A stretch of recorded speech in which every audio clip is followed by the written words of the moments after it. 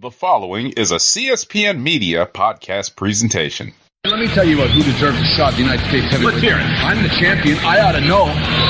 You know, I've been sizing up guys since I came to WCW. And I think the one guy that stands out the most, the guy that I think has earned a title shot, El Dandy, I think you're a heck of a wrestler. You're a great technician in the ring, and you're a jam-up guy. I don't see any reason. Wait a minute. El Dandy has been wrestling in the cruiserweight division here. Please. He's a great wrestler. He's a great wrestler, but my goodness sakes, he's 50 pounds. Who are you to doubt El Dandy? Because this guy's a serious professional. Well, let's talk about some serious How about hypnosis? Let's get thrown. Psychosis? Whatever. He's a great wrestler, you know.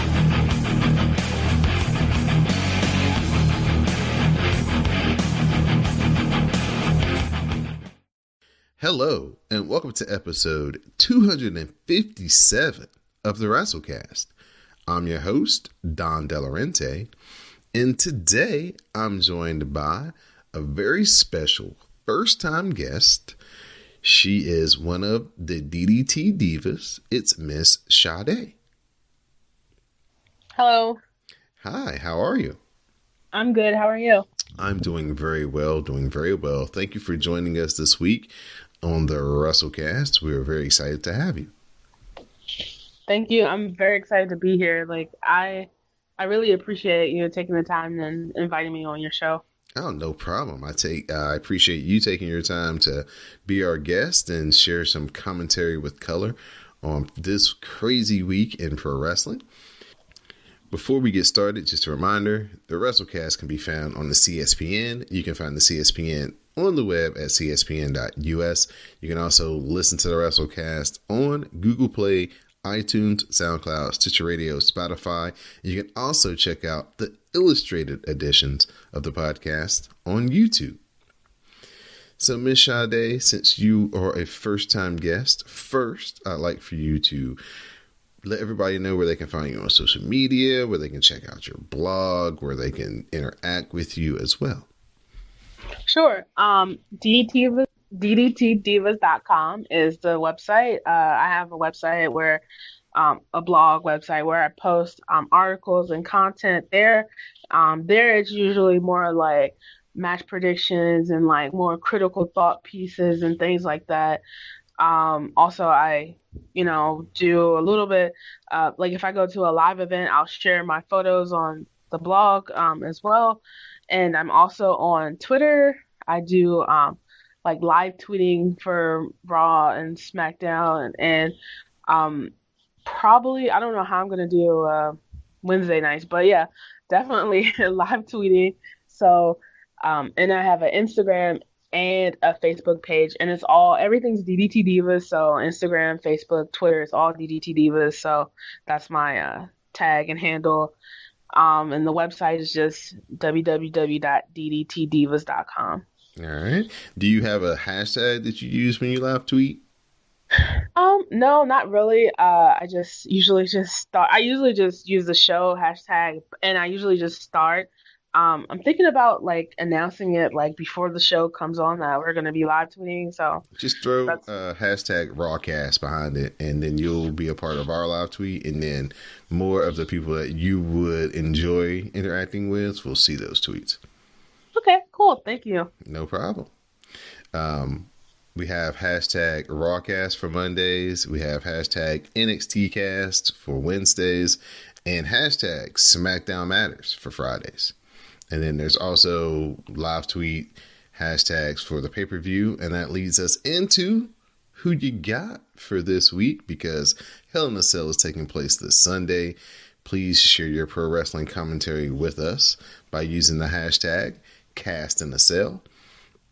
So I'm going to get your predictions on the matches that they have listed. They only have 4 matches listed, announced anyway. So this pay-per-view card may be made up on the fly while the show is going on. Roman Reigns and Daniel Bryan are going to team up to face Eric Rowan and Luke Harper. So we would normally play who you got here, but since we don't have a third person, just kind of give me some predictions or what you expect to see out of this match.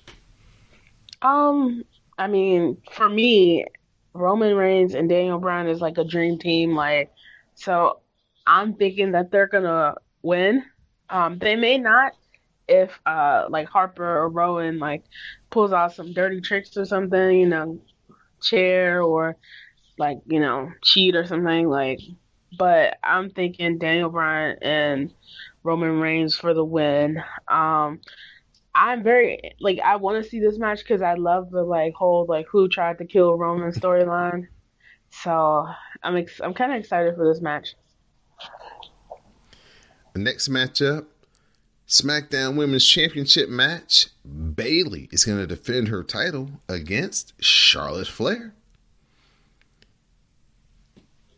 So like with this match, I'm not really sure because with the whole draft coming up very soon, I don't know who's gonna be. I'm like when you think about it as a wrestling fan and you're like overthinking it, you're like, oh, who's gonna win? Because where it like if will Bayley retain because she's gonna stay on SmackDown, or will she be moved to Raw, or will Charlotte win and stay on SmackDown?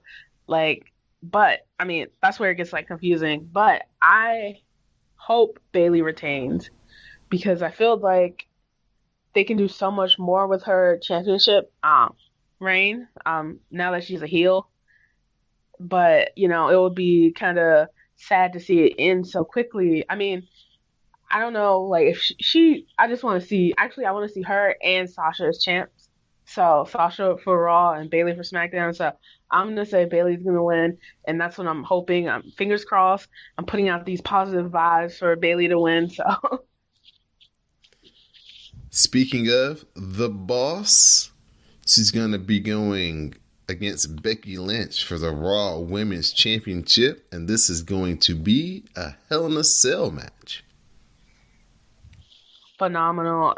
This match, I love the storyline for this match. I love that how Sasha came back. I'm very happy that she came back. She's one of my favorite wrestlers. So I actually hope Sasha wins. And I know a lot of people are saying like Becky Lynch is hot right now, but how much like heel heat could Sasha get? Like she's already up there like with a lot of heat. Like people just hate her. She's a heel. Like how much heat could she get if she actually beats Becky and becomes champ? Like, can you just imagine all the like boos and stuff like when she wins? So I think Sasha should win, and I hope she wins. And I think it's going to be a good match. I'm really excited, and I'm happy that it's a Hell in a Cell match. I'm glad that Becky gets an opportunity to do it because Sasha and Charlotte did it before, and then Sasha has the advantage because she's done it before. My only question is the cage going to be red? Because I think last year it was red. Yeah. So is it still going to be red? Like, I guess they were thinking that it shows up better on TV if it's red, but I don't know. It was kind of funky trying to get your eyes used to that. yeah, it was. Like for me, it was harder for me to like focus on the wrestlers with the red cage versus the like steel like gray steel cage. And then the last matchup they have announced, Universal Championship match, Hell in a Cell, Seth Rollins versus The Fiend, Bray Wyatt. Oh, this is a tough one. This is like really tough because maybe I'm just overthinking. Like I feel like I overthink when I do predictions, but I mean, is it bad that like if Rollins retains, then that means the Fiend has lost? Like I mean, unless like there's someone comes out and interferes in the match or something, but if the Fiend loses clean, how does that look? Like he's only like faced Balor, right? Like Mm-hmm. so like how would that look if he hits a title match and he loses clean to Rollins?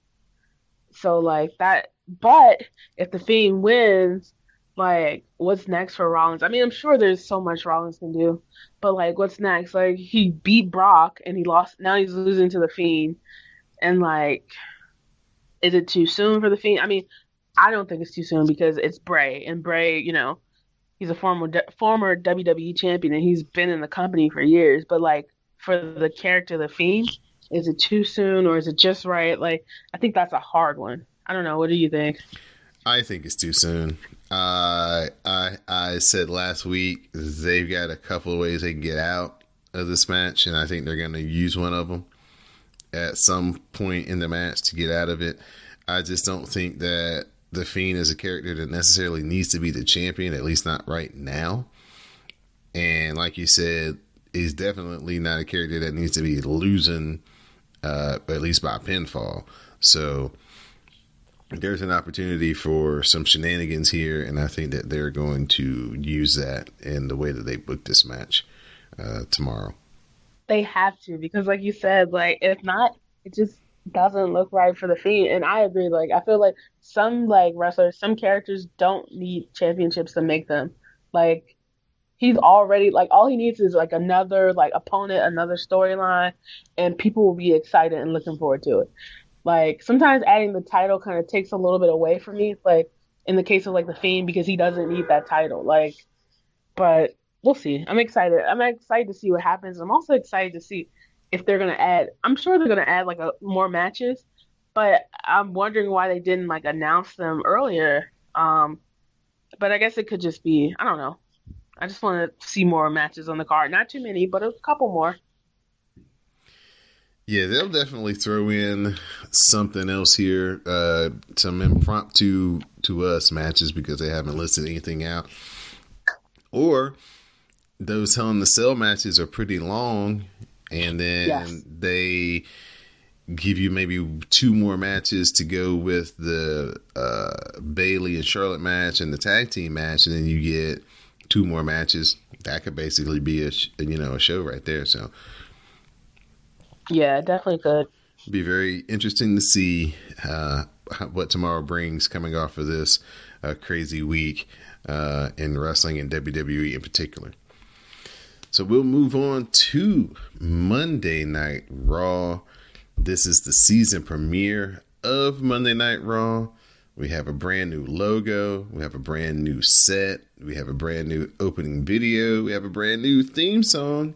And we also have a brand new commentary team as Big Joseph, Dio Madden, and Jerry the King Lawler are now our announced team. Your thoughts on all the newness to kick off Monday Night Raw? I'm always a big fan of new and like kind of rebranding when you have a chance. Like it's a season premiere, so you can bring in a new logo, new set, all those things. They brought back Pyro, which I thought was cool, but I feel like I don't know. We haven't seen like all the wrestlers on Raw yet, and we probably won't see who's going to be on Raw until like after the draft, of course. But like, I like the Pyro. I feel like not enough wrestlers got it, or maybe I'm just like too obsessed with like the Pyro. Like, but I feel like Bliss got Pyro, like Becky got the smoke, the Miz. Like I just, and I think like correct me if I'm wrong, but was the Pyro like up top because the stage is like the set's like curved? Mm-hmm. So I thought that was like interesting, because the stage is curved. I didn't really like the set. I mean, I like it, but I'm not really a fan of the curviness. It has to grow on me, because I'm wondering why is it curved. And I also noticed that the new Raw logo is like kind of curved. So I'm wondering why they're going with this like curvy set, curvy logo. I was doing some work at Cisco, and the new thing are these curved monitors. So maybe that's kind of where they took that inspiration from, because I saw a lot of these huge curved monitors throughout their building. Yeah, and then the new commentary team. I mean, I feel like I know they have Jerry the King Lawler on there as like the vet, but I feel like they should have I don't know, like I just felt like there was really no one to bring the excitement. You always need that person to like really bring the like energy, and I feel like they didn't have it. It was good, but I just feel like there wasn't a lot of energy, and I feel like with Jerry the King Lawler, he was some of his references were kind of outdated. Like this is a new like there are new wrestling fans. It's a new generation of wrestling fans, and I think he made like a reference to Austin Power or something about Otis, and like I'm like I get it because I'm a millennial and I'm like a '90s kid, But what about like I have like family members who love wrestling, who actually sometimes like give me ideas for the blog and stuff, but like they are not old enough to know anything about Austin Powers. So I'm sure they're like, what? What is he talking about? So it felt like some of his references were like kind of dated and like old school, and like I'm like, no, we can't go back. We got to go forward. Like, and he like made a comment about the claws are coming out for the women, and I'm just like, no, please don't. So the night starts off with Rey Mysterio. Oh.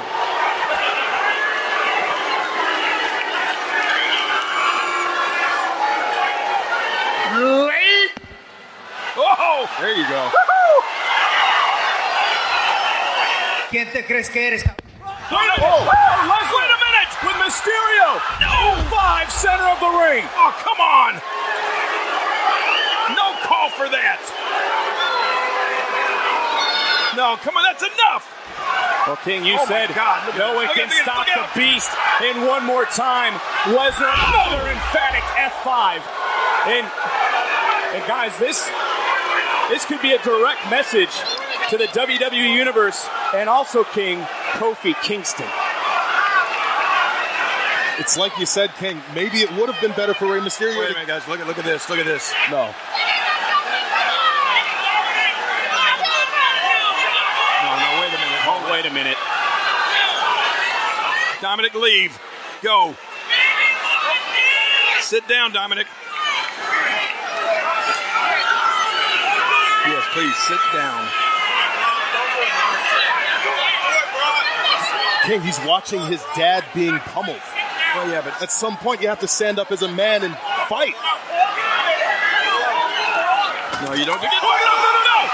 Don't do this! Lesnar just put his hands on Rey Mysterio's son. He can't do that. Come on, Lesnar. Look at the strength. No! You break his back. Come on! It's like a fucking wild man.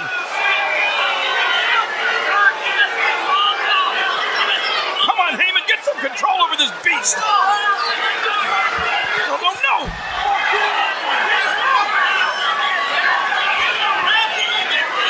Now look at Ray. He realizes what's happened to his son Dominic. Lesnar! Oh, no. For God's sake! Oh!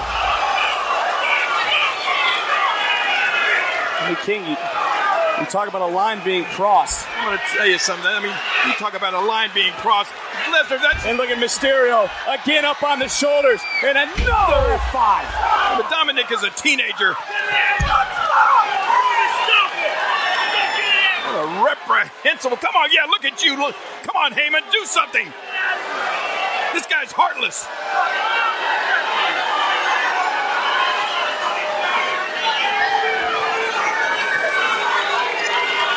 This has been reprehensible. Just rotten. Who or anyone can stop us. No, Come on. When is enough now? Somebody Brock, stop come on, him. please, no. Come on, get it, guys, get it. Stop him. Lesnar again. Oh. She almost threw Ray completely out onto the floor. And now, It's a teenager! son.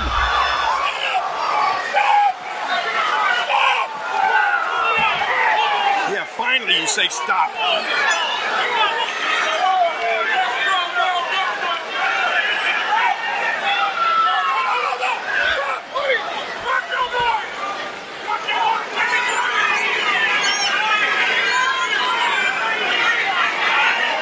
All he cares about is just to inflict pain and suffering on people.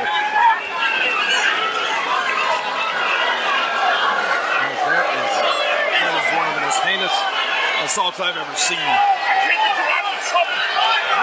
What are you, proud of yourself?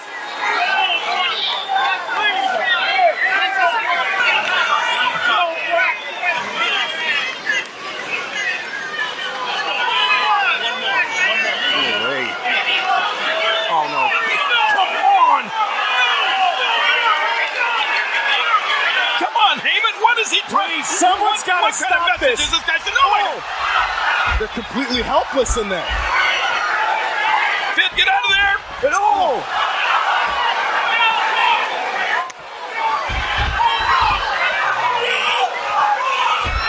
Lesnar, please!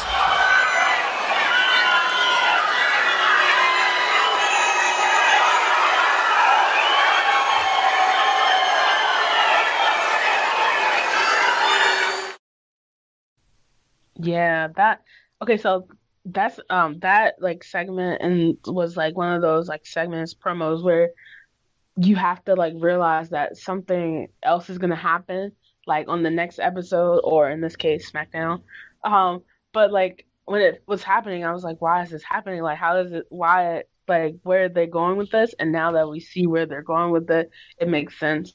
So I mean, and kudos to Dominic because he was selling like That really wasn't well. selling. Like, He got his ass whooped. That's Brock Lesnar. well, whatever. Like he did a good job, and like I thought it was interesting and kind of funny that they're like he's a teenager, and then I'm pretty sure he's like at least according to the internet. The internet could be wrong. He's like what 22 or something. Yeah, He's in his 20s, so they're like a teenager. he can So get I in the guess club. yeah.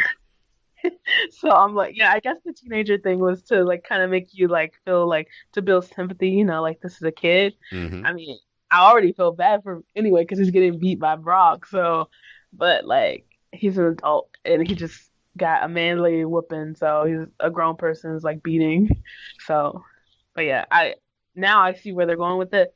I like it. Then I didn't at the time. Monday I didn't because I was like, okay, where are they going with this? But now I see. So Everybody who listens to this podcast knows that for, I don't know, Dominic's been around, 4 months or so, that I have been waiting for Samoa Joe to yoke this man up and injure him and do physical harm to him at some point. And with Samoa Joe and Rey Mysterio changing brands, it didn't look like I was ever going to get my chance to see Dominic catch the hands from somebody. Specifically Samoa Joe, that's all I had in my preview. But when this starts happening, and they show Dominic on the outside, and Rey Mysterio's getting beat up, I tweeted out, hey, Dominic's been training. Go jump the rail and save your dad, young man. Only to watch, minutes later, as Brock Lesnar reached over and yoked him out. I watched this super late on Monday night at like 12 midnight. I was cackling, acting a fool watching Dominic get tossed around that ring by Brock Lesnar. It was even better than I could have imagined what Samoa Joe could have done to him. No, it's just that was the highlight of my Monday Night Raw. I'm sorry. That was so good. no sympathy for the teenager? None at all. I've been waiting for him to get mauled for, like I said, about 3 or 4 months. And it finally, maybe more than that, maybe about 5 months. And it finally happened. And then for it to be Brock, it was even more intense and even more vicious than if Samoa Joe would have done it. So kudos. That came off excellent. Brock got a ton of heat. And he don't give a shit, so that's the perfect person to have to do it. Yep. That was, as we frequently say on this show, that was a fuck them kids moment that Brock had towards Dominic. So after that craziness, we have a match. We have the Boss Bae, Sasha Banks, taking on Alexa Bliss. Bliss lands a head scissors, clotheslines, and misses the moonsault into the double knees. Bliss fires back with some strikes. Sasha Banks begs off and then attacks Alexa's bad knee, and then she rolls up Alexa with the tights and gets the win. After the match, Becky Lynch, who was on commentary, she comes down to the ring and she attacks Sasha. Sasha runs away. Yeah, I don't know. I don't know if it's just me or if anyone else, anyone listening to your podcast, maybe if they can like tweet you and let you know. Like, I was not paying attention to the match as much. I was paying attention to like Becky and Becky being out there, and like I was thinking like, what is Becky gonna do? Is she gonna do anything? Is Sasha gonna do anything to Becky? Like my focus wasn't on Bliss versus Sasha, so yeah, I don't know if that was the intent, and that's why Becky was out there, but I can definitely say I was not paying attention to the actual match. I was paying attention to the Sasha Becky storyline and like wondering, oh, is Becky gonna like interfere? Like, is she gonna come out there and like do something? So, it was about half and half. They were using Becky effectively on the commentary. She was doing her part. And then Sasha acknowledged her, and they were trash talking from afar, back and forth. So it was just to further getting over what they got going on Sunday. And Alexa Bliss, unfortunately, was just a person caught in the middle. yeah. Just, unfortunate at times that, everybody can't be where they should be properly placed. These are probably my two favorite women on the main roster, so it was very hard watching them go against each other. I don't like when they make my base fight. No. Charlie interviews Seth Rollins in the backstage. Seth is upset over Brock's actions. He says that Brock crossed the line. Well, why didn't he run his ass out there and try to help? But anyway, he doesn't know how to game plan for the Fiend, but he says he will survive and prevail and walk out as the champion. He says when Ray is healthy, he promises him a title match, and he will still find a way to defend the Universal title later tonight. How do you feel about Seth Rollins as a babyface champion? Do you feel he's connecting? What do you feel overall about his title run? Has it been a strong one? Leaving more to be desired or what? I definitely think I like heel Rollins better. And I don't know, maybe it's just because like the whole like Rollins and Becky storyline, the couple storyline, and him fighting Corbin and Lacey Evans, and then like he had that like the first, well, like I might be wrong, but wasn't the first his first like title defense against AJ, right? And it got kind of like they moved on to Corbin, and then like Corbin and Lacey. So I feel like I don't know, it's just been kind of mediocre. It's like it's been forgettable for me, I guess, because I felt like they could have like done more with Rollins as champ. And I mean, they moved on to like Brock. Like that's the thing. Like they move on like Corbin, like Lacey and Corbin, then Brock. So it's like that break between his like reigns. So you know what I mean? So like it just I don't know. Like it just hasn't been the best for me. At least it's been okay. It hasn't been like horrible or anything, but it's not like excellent. And I want to like talk about it. So. Our tag team champions, Bobby Roode and Dolph Ziggler, I call them the Glorious Show-Offs, they take on Heavy Machinery for the Raw Tag Team titles. We get the hot tag to Otis. He runs wild on the champs. The Exploder follows, and then he hits a spinning slam on Dolph. The Caterpillar connects, and Tucker tags in, but the Compactor is cut off with the zigzag and the super kick. They dump Otis to the floor, and Bobby Roode hits the Glorious DDT on Knight, and the champions retain. I am a huge Dolph Ziggler fan. I'm really biased though because I actually am a Kent State alumni. So and I actually got to meet him at Kent State. Like that was the first time I met him was at Kent State.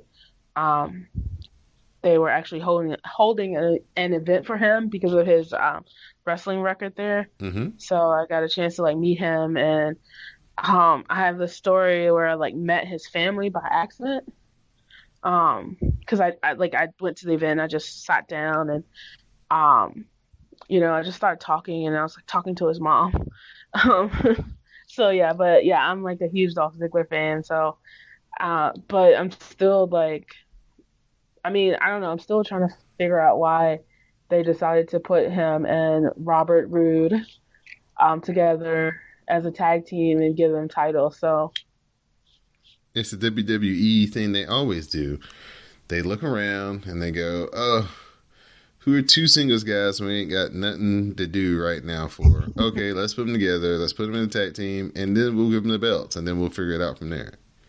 It's happened so many times. Yeah, that is true. I feel like they need to, like, they have so many good tag teams, like Heavy Machinery. I love them. But I hope that when after the draft, I know like a lot of stuff can't happen until like after the draft. Hopefully, they will build on their tag team division because they have a lot of great teams. And I'm not saying that Dolph Ziggler and Robert Roode is like a horrible team or a bad team. It's just it just seemed kind of random. Right. But yeah, the match, I enjoyed the match. Like, I actually liked it. Um, this is the match where King made the reference to Austin Powers about Otis, and it was what is the guy's name in Austin Powers? Fat bastard. Yeah, he made the reference, and I'm like, okay, I get it, and people that are older than me probably get it, but what about the like 20, 19, 18 and under fans that are like, what?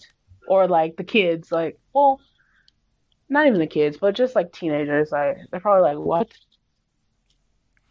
Yeah, hopefully they had some parents or some friends, some older people around that could be like, okay, yeah, look it up, watch this, or check this out, YouTube this, and you'll understand. Yeah, hopefully, because I feel like he did a lot of like old school references. Like it was kind of like old school King, like the PG version of him though, like PG King from like if you had King back in like the Attitude Era, but he was like a PG like person. I felt like that. Like, and I felt like that like they need to try to target the younger audience. So make sure that they're not doing like that's not happening all the time, you know? I got you. It's time for Miz TV. Miz sends his support to Ray and Dominic. Hulk Hogan with Jimmy Hart and Ric Flair are his guests. Miz says that this is an honor. Flair says that he's sick of Hogan's music after 30 years. Miz hypes tonight's season premiere and asks Hogan about being face-to-face with Ric Flair again. Hogan says it's great to be here and to be on Raw. He calls Flair the greatest of all time, and Flair says Hogan is the greatest draw ever, but he can't touch him in the ring. Hogan tells Flair that they aren't spring chickens anymore, and says that they can add another page to their legacy. Flair says he only wants to do it if he can get a paycheck the size of Hogan's. So Miz announces that at the next Saudi Arabia event that's going to take place on Halloween night, October 31st, that it will be a 5-on-5 Team Hogan versus Team Flair match with Flair and Hogan serving as the head coaches for their teams. So Hogan announces his first pick or his captain, and it's Seth Rollins. And then Flair picks Randy Orton to be his captain. And they says that they will pick their teams over the next few weeks. And they say that tonight Seth Rollins will face, but that's when Baron Corbin arrives, and Orton and Baron Corbin, they start beating down Seth Rollins. So Corbin attacks with a scepter and they beat down Rollins. And that's when Rusev arrives to make the save for Seth Rollins. He and Rusev run wild and they stand tall.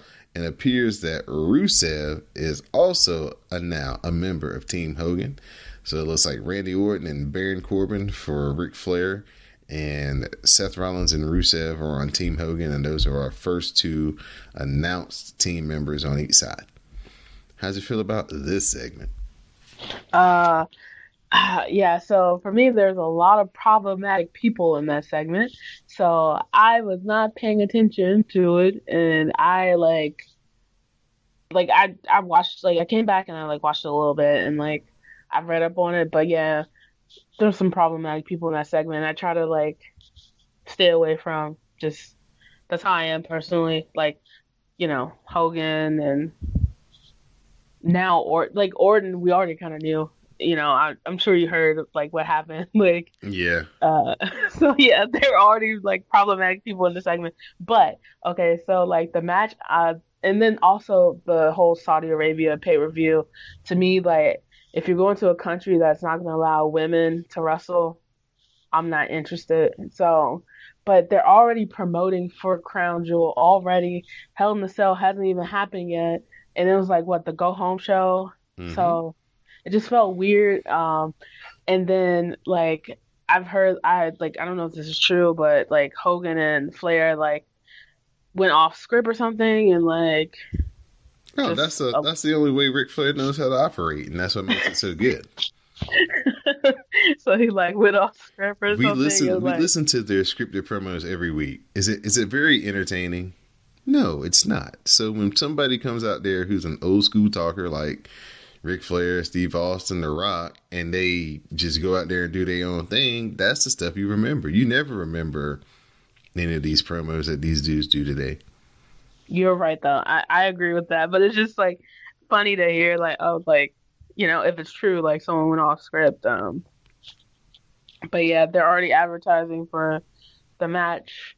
And I don't know if you saw Impact, they like kind of shaded them. Like they threw a lot of shade. They kind of did a Ray J, was like, we did it first. So like they tweeted like a picture of like the poster, and it was like Team Flair, Team Hogan. Yeah, like they were throwing shade. Like, okay, Impact. Like, yeah. We have an AOP video package. But before that, we got a Rusev interview where he's asked about Lana. He didn't answer that question. He says he's back and he won't talk about his problems at home. But he says that he was here to save Seth Rollins. So Seth Rollins owes him a title shot and he wants that title match tonight. Now it's time for the Viking Raiders versus the Good Brothers. Ivar hits Anderson with the suicide dive, then hits a top rope splash on Gallows, and the Viking Raiders get the win. I don't know what they're trying to do with these two teams. They could have really had some good matches a few months ago, back when the Good Brothers just formed the OC, but they don't let them win. So what are they doing? Cooling them off, and nobody cares. Yeah, yeah, it's really interesting also because when the Viking Raiders came in and they like first made their debut with that name, whatever the name experience name was, I can't even remember, Oh, which is they good. were the War Raiders. Yeah, and then like they came to the Then they were the Viking Experience. yeah, which is, I'm glad that I forgot the name because that's exactly what the company wants. They want you to forget the Viking Experience, and I had totally forgot the name of the Viking Experience. But I thought like that should have been a time when they were getting this like push because they were like so hot and like fresh. And like you said with the OC, like they like formed the OC with and AJ came, over and they had their group, and now what are they doing now? Like, are these two teams gonna like stay on the same like show and really have like more drawn out like feuds and storylines, or are they gonna like put one team on Raw, one team on SmackDown? Like, I'm just interested to see what happens next. Right. Brock Lesnar, he's still in the building, and he wants to address his actions. Cesaro arrives, and he says he loves what Brock did. And he says he wanted to beat up Dominic himself, but Brock beat him to the punch. Ricochet arrives, he defends Rey, and they set up a match for later. And that match happened to take place next. Ricochet versus Cesaro.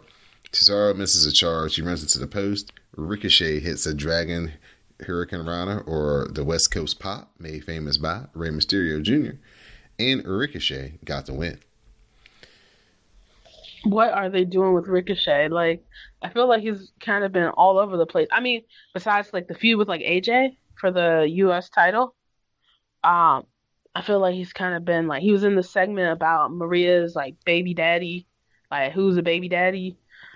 He did that like segment when she like says he's the baby daddy, and then he went up against Kanellis, but like, what is going on with Ricochet? Like, and Cesaro too. Like, Cesaro's out there wearing like these like high water pants. Like, what happened to his tights? Like, I have what a is going bigger on? issue about what's going on with Cesaro. Ricochet, he'll be fine.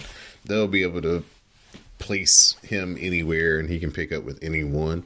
But it's Cesaro, man. They're just wasting Yes. Cesaro. He went and did that match, and the UK takeover felt like Yes. such a huge star, Oh. such a fresh, just version of him. He went out there, had a really good match against the young kid, got the win, and he just seemed like, and everybody immediately is like, oh man, we need to see Cesaro versus Walter. Then he comes back to Monday Night Raw on Monday and loses to The Miz, and it's like, what the hell? Yep, exactly. Like he's just all over the place.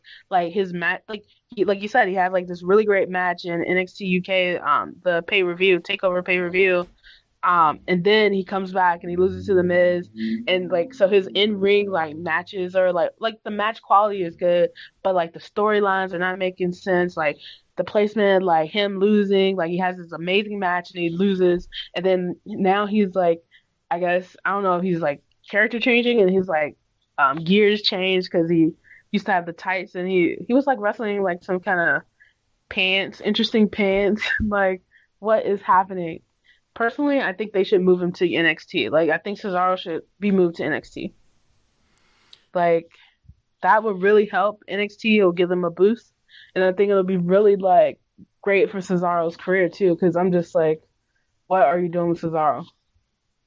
Yeah, I'd love for Cesaro to be in a higher position on the card, to be a bigger impact player in the main events. It's just unfortunate that it hasn't materialized here in the last few years for him, because like I always say, he has the one quality that you need in a world champion is he can wrestle and do all the things the little guys can do, and he can also do all the things the big strong guys can do. And that would just be the perfect heavyweight champion, because there's no matchup that he would be considered like an underdog in.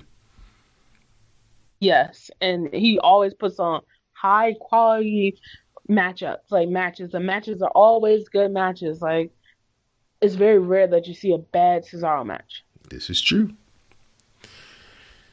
First, Firefly Funhouse time. The puppets are all afraid, and Ramblin' Rabbit, he dies again.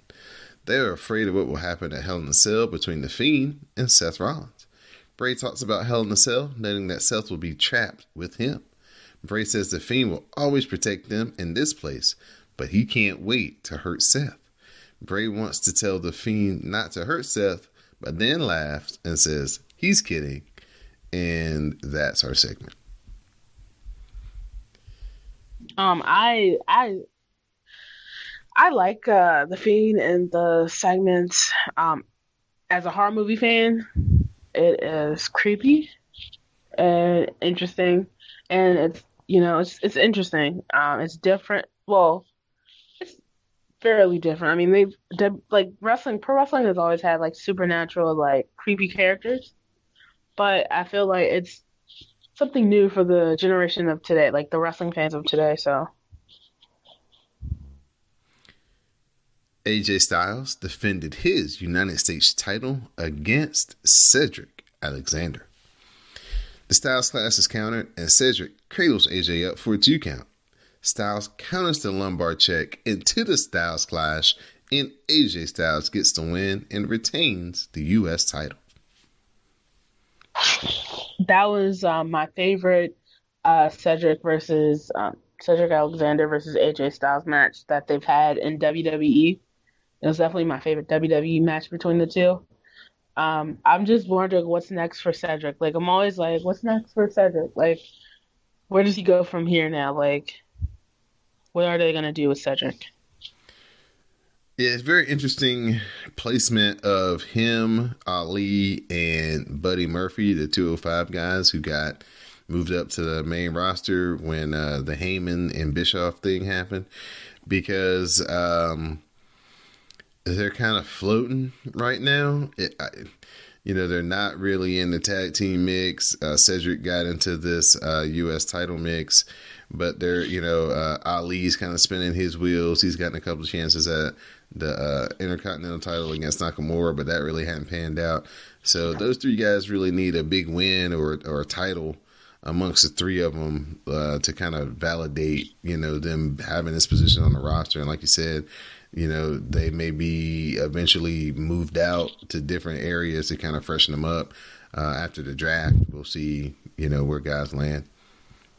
Yeah, definitely. I was thinking that maybe they could make Alexander and Ali a tag team. And like really push them as like serious like tag team, and that might help them, if not, I don't know. I feel like this is kind of bad. Like I say this all the time. Maybe NXT. Uh, I feel like NXT needs like some uh wrestlers from Raw and SmackDown to like go back down. You know what I mean? And just so for the ratings. So if you're a fan who have never watched NXT but you watch Raw and SmackDown, you see a familiar face, you're gonna watch, and they're really good wrestlers. Like they're phenomenal. Wrestlers. Like I love Ali and Cedric and Buddy Murphy, and I wasn't really like the whole Buddy Murphy being brought into the who's trying to kill Roman storyline, and then they kind of just dropped it. And you haven't seen him since. That was kind of like sad. Yeah, it was an accident. He wasn't really even supposed to be near there, and just happened to kind of get in the way. So they had to bring him into it just so they could explain it. And so I guess that's kind of why he's kind of been laying in the back ever since. But I like to see. But the fans loved him. Like the fans yeah. were like rooting for him. We're rooting for him because people started pointing out that he's back there and he got involved and he like grew on us. Like for sure. Lacey Evans faced off against Natalya. Lacey Evans fights off the sharpshooter. She rakes Natalya's eyes and cradles Natty for the win. Are you a big fan of Lacey Evans? Do you see the potential in Lacey Evans? Or do you think that they're wasting time with trying to get her over? I think she has a good character. She's good on the mic. She knows what she's doing as this character of being a sassy Southern belle. Her in-ring ability, I think she's not bad, but I think she needs a little work. She's not bad. I definitely think that having a tag team partner would really help her out. And I thought that it would have been cool if they like her and Charlotte. You remember when like they had like her and Charlotte together for like a short second? Mm-hmm. I thought that would have been cool for her, and they could go for like the tag. Like they do have women. Like there's a women's tag team championship. Like their titles. So I was thinking that maybe that can like get her to start. But I also think what kind of cooled her off was putting her in the main event. Like seemed so quickly. When she should have like she's going in reverse. I think like she should have started off with that feud with Natalya, and then another wrestler. But like I feel like she's just defeating like different women's wrestlers, like women on the roster, and like I don't know what is it gonna lead to. Like, I mean, what's next for her? Paul Heyman comments on Brock attacking Rey and Dominic. He apologizes for Brock and says to blame Vince McMahon for scheduling Brock to appear when Brock is in fight mode. And on Friday, he will destroy Kofi and take the WWE Championship. That's not a prediction. That's a spoiler. Yeah, it was. Yeah. It was. It really was. Paul never lies. Never. When it comes to Brock Lesnar and what Brock's going to do. Charlie interviews Maria about her pregnancy. Maria says that Rusev is not the father and leaves. Sasha arrives, yanks the mic out of Charlie's hand, and says that Becky isn't man enough for her, and she will show her carnage on Sunday, and no man will win her match. I thought that was cool. I liked how like they transitioned from Maria Kanellis to Sasha Banks. Like, so. And do you think that? Okay, so. Do you think Bobby Lashley is the father of the kid? Bobby Lashley? Someone put that out there, like he's getting all these women, which I'm not really cool with that idea, but I've heard like people saying like, he got Lana, he got Maria. I don't know, like. No, I don't know. I don't want that, but I've heard that by several people. Like, oh, it's gonna be Bobby Lashley. Like, no, please no. Wow, that's the first I've heard. So I hadn't even began to even consider the idea of Bobby Lashley in this story, but we'll see where it goes from here. A limo arrives, and then we get our main event, Seth Rollins versus Rusev for the Universal title. Rusev catches Seth with the monster kick out of midair. Then that's when Lashley's music hits, speaking of Bobby Lashley, and he comes out with Lana. They start to make out on the stage. This, of course, distracts Rusev. And then the Fiend arrives, and he attacks Seth with the mandible claw. And that is how your Monday Night Raw ended. Yeah, it's probably simple. Like, I want to see where they're going with the whole Bobby Lashley, Rusev, Lana storyline and what happened. Like, it's one of those things where you have to, like, you can't just judge it, like, from, like, one segment. Mm-hmm. So I want to see what's happening. I know there's a lot of debate about doing segments like that, like as a married couple. I don't know if you saw Lance Storm's tweet. He like quoted the Macho Man, I believe. Oh yeah, I used to have a wife, and then I didn't. Yeah. Now I don't have a wife. So yeah, like I think that it ended like it was something to end on a note where everyone's gonna talk about it. Like people were talking about it until like Wednesday. So I want to see what's next, and I wonder if they're gonna have a match at Hell in a Cell. Like that's what I really care about. Like, will we get to see Bobby Lashley versus Rusev at Hell in a Cell? It might be a little too soon, but definitely for Survivor Series, it should be in the play for that. Definitely. They want to build it a little bit more than just having like a Monday angle and then a Sunday match. That's usually not their style. Very true. How was your overall rating of Monday Night Raw? Your thoughts, just in general as a show, the season debut. Did it feel different enough and new enough that it was a success in your eyes? It felt different. It felt slightly new, a little bit. The set design is new and everything's kind of like new with that. The look of the show was new, but I felt kind of like underwhelmed. Like for a season premiere, I was hoping like something big, like some really big like things that happen.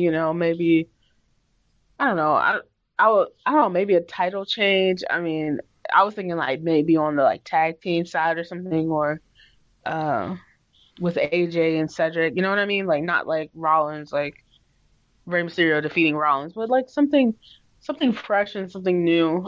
Something like big did happen. Dominic got his ass whooped. That was the big deal. It happened right at the beginning of the night.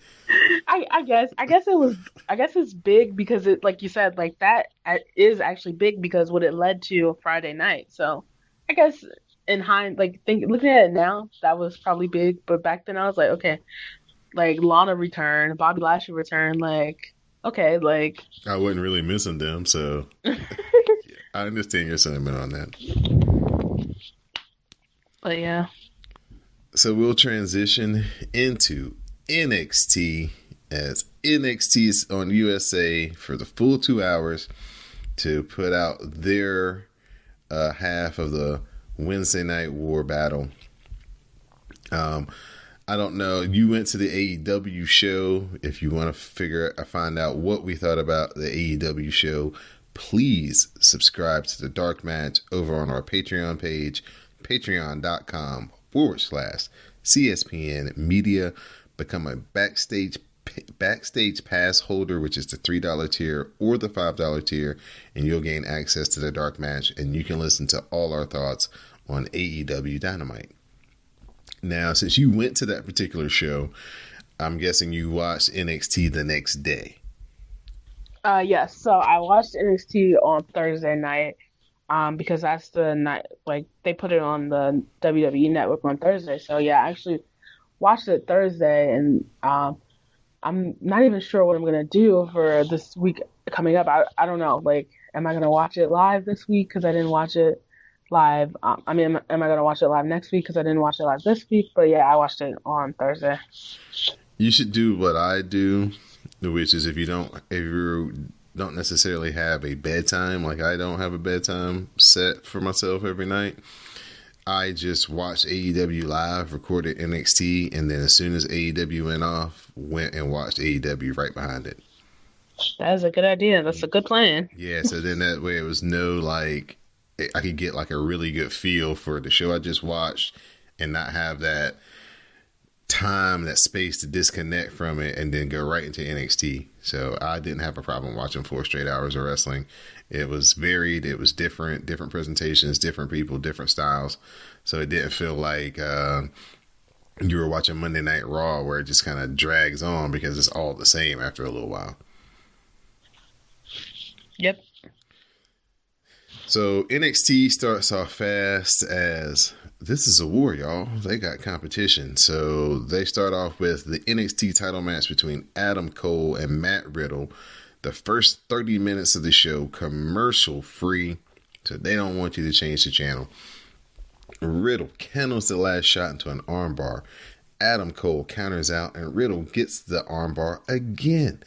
This time Cole escapes, but Riddle gets him in a third armbar until Cole hits him with the cast, and then he hits him with the last shot, and Adam Cole, baby, defends the NXT title against Matt Riddle.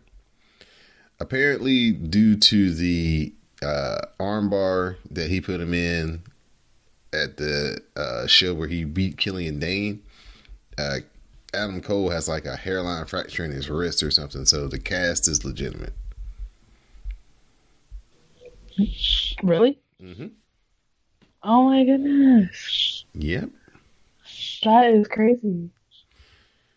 After the match, as Adam Cole, baby, is celebrating, Finn Balor's music hits.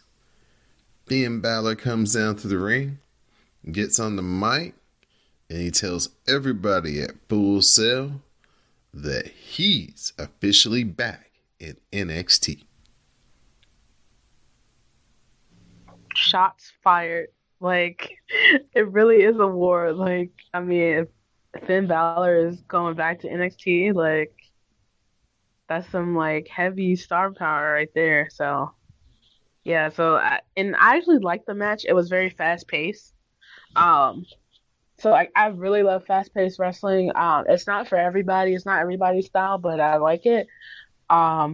There's some excitement, like some you're thinking like, oh, like, the match is gonna be over, but nope, that person kicks out. We keep going. So I really enjoyed the match. And I was very surprised that it was the first match of the night. But again, you gotta like fire your shots. It's a war. That's right. The Velveteen Dream arrives. He gets pushed out on the stage on a brand new couch, and he's up the quotient of the ladies. He had about 6 or 7 with him this time. Velveteen Dream talks about Roderick Strong and how he had help from the Undisputed Era. Dream has never said he couldn't handle more than one man at once, and issues a challenge to Strong for another title shot. He says he wants Roddy to step out from the Undisputed Era shadow, and when they meet, it'll be Dream over. Yeah, oh my goodness, I love the Velveteen Dream. Like, the dude is so, like, he has so much charisma, so much talent, so much ability, like, and he's from DC, so I love all, like, that's a plus, like, so, yeah, I just love him, like, he's just amazing, and he's a big star, and I'm not sure what's going to happen with like the draft and if people are going to like ever like leave NXT now or like, how they're going to do it. But I definitely think that he needs to stay at NXT. Like, he's a star and he's a star that they need to help them, in this war. So definitely, I love the promo. I love that he had a new couch. And he had like more women. Like, he might have lost his title, but he's still the man. He's still on top. So Drew Gulak will defend the Cruiserweight title, the newly branded NXT Cruiserweight title, next week against Lio Rush. Now that is going to be a very interesting match because styles make fights, and Lio Rush is the quintessential super fast wrestler, and Drew Gulak is the like put him in a hold and hold him down wrestler. So this should be very interesting to see what kind of match they come up with next week. Yeah, I definitely agree. That is, yeah, it's definitely going to be like a styles clash, and so sometimes it works, and I hope it works because I'm excited, and I love Leo Rush, another DC wrestler, so from the area, so the DMV area as we like to call it. So yeah, I'm excited for that match, and I'm excited what they're gonna do to see what they're gonna do with the cruiserweight division and what's gonna happen to like 205 Live and the wrestlers in 205 Live, and are they gonna move to NXT? Will they still have the show after SmackDown? So hopefully we'll find out. Right now, they're still doing it after SmackDown. They moved the recording to Friday, so they're still a part of the SmackDown part of the programming. But hopefully, they will move them into Full Sail and do things, tape it there, just so the environment will be better and the crowd and the participation will be better, and people may be able to start, when they watch the program, if they watch the show, have a much better atmosphere. Because if you watch 205 Live now, it's just so dry. The matches are really good, but there's not enough people in the crowd that care or are interested. So they can move to Full Sail. I think they'll change that. Yeah, I totally agree. They should definitely move.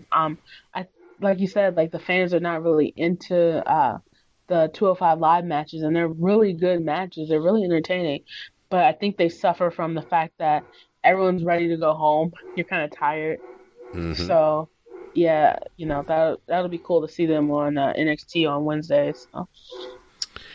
Io Shirai versus Mia Yim is our next matchup. Io Shirai counters to protect your neck into a cradle for a 2 count. Mia Yim then counters back and hits protect your neck and gets her own 2 count. Mia heads up top. Io cuts her off. She follows her up, and the superplex connects, and Io covers for a 2 count. Io follows with the sliding kick. Then she heads up top, and she hits her moonsault, and Io Shirai is your winner. Definitely my favorite women's match. I actually enjoyed that match a lot. And what's next for Io? Like, that's what I want to know. Like, what's next for her? Like, who's she gonna like take on next? Somehow she's got to get back into getting close to the title contention. So somehow her and Candice have got to have like another match. Yep. But will they do it like, okay, so will they do a heel versus heel match? No, because Dakota Kai is going to win the championship. You think so? Yes. Okay. We get an awesome Tegan Knox video package. She's returning after blowing out her knee last year in the Mae Young Classic. So she's ready to come back and perform. She's a really good babyface. She's going to add a lot to the women's division. Just another babyface to add to that division. And maybe once Shayna kind of loses the title, we can get Bianca Belair to kind of take her spot as number 1 heel. And Tegan Knox versus Bianca Belair could be a lot of fun. Definitely. Johnny Gargano, he wrestles Shane Thorne in our next matchup. Gargano hits the double knees and Thorne fires back with the leg lariat and the cannonball. Thorne hits a powerbomb for a 2 count. Thorne follows with kicks, but Gargano fires back and hits the rebound lariat. Thorne fires back with roundhouse kick, then a poison rana by Johnny Gargano, and then he follows that up with the super kick, and Johnny Wrestling gets the win. Now I'm going to call him Johnny NXT because I feel like he is, for me at least, the like face of NXT because he's been there so long. So Johnny NXT.